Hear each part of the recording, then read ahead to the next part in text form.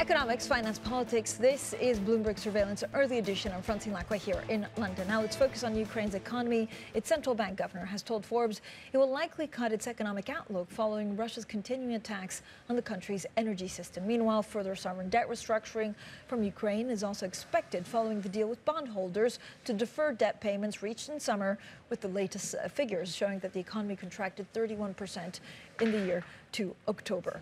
Now, we're joined by Yuri Butsa, Ukraine Government Commissioner for Public Debt Management. Thank you so much, Mr. Butsa, for joining us on such an important topic. If we're going to rebuild Ukraine, it starts also with bond restructuring and, of course, some of the deferred, debt payments. Where do you see debt payments and the deference actually being resolved? What's the right way forward?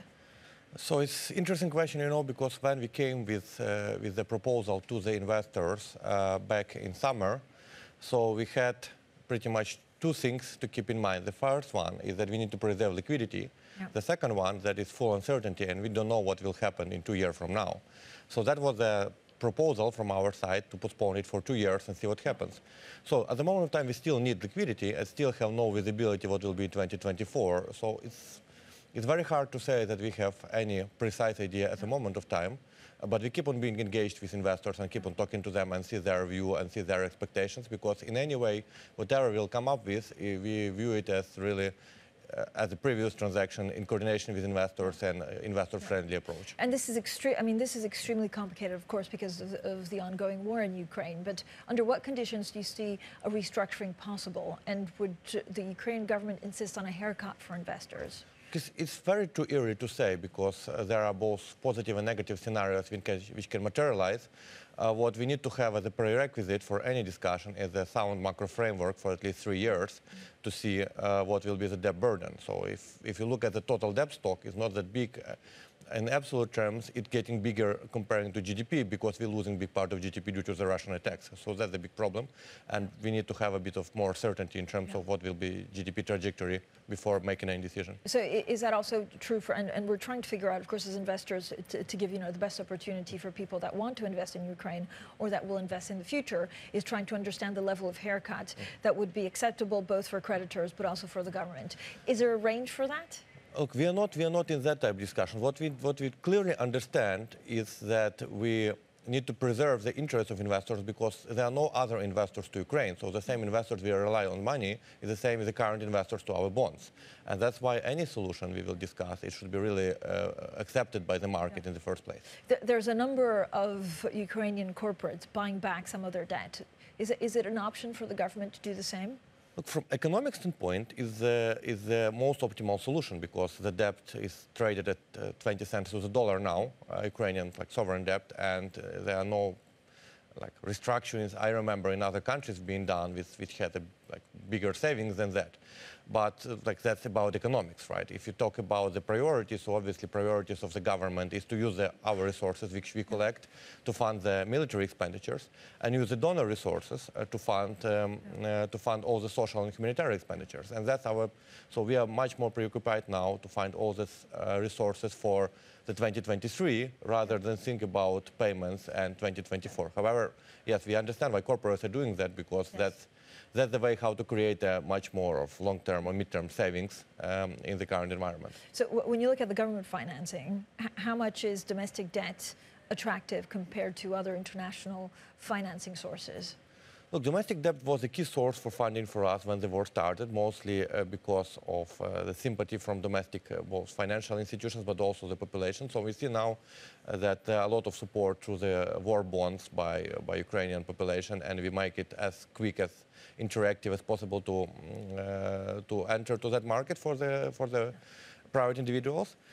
In terms of general government bond market, we see a bit of revival now. We see that we started this year when people were looking at very short-term instruments, mostly just to continue support. Yeah. Now there is genuine interest to something which is maturing second half of 2024. So we see the financial system starts to look how to lock themselves in the higher yields post the tightening cycle of the central bank, and that's really a good sign for us.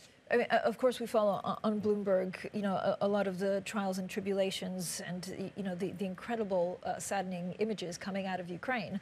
In the last 3 to 4 weeks, there's also been huge, enormous hits to infrastructure, energy from Russia. I think when you updated investors and the markets on your budget for 2023, that had not happened yet.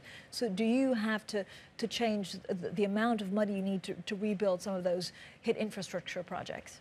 Look, it's obviously this calculation, unfortunately, increasing every week, you know, and those numbers going up.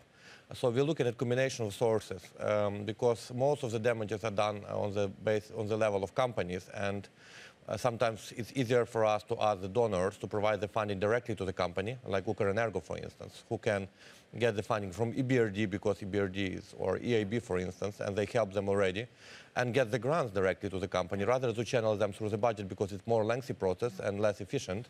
But we help as a government in all possible ways for the companies to have this funding in place.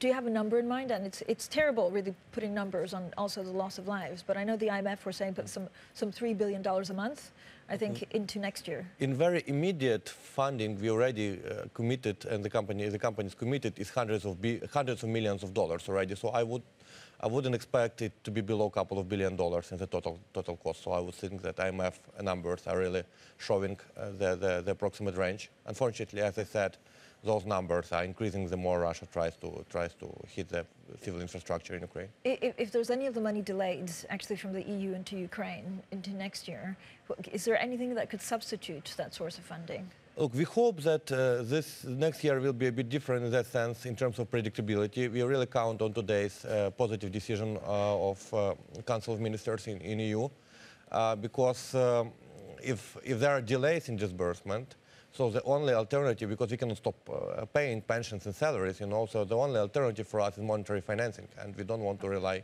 on that source.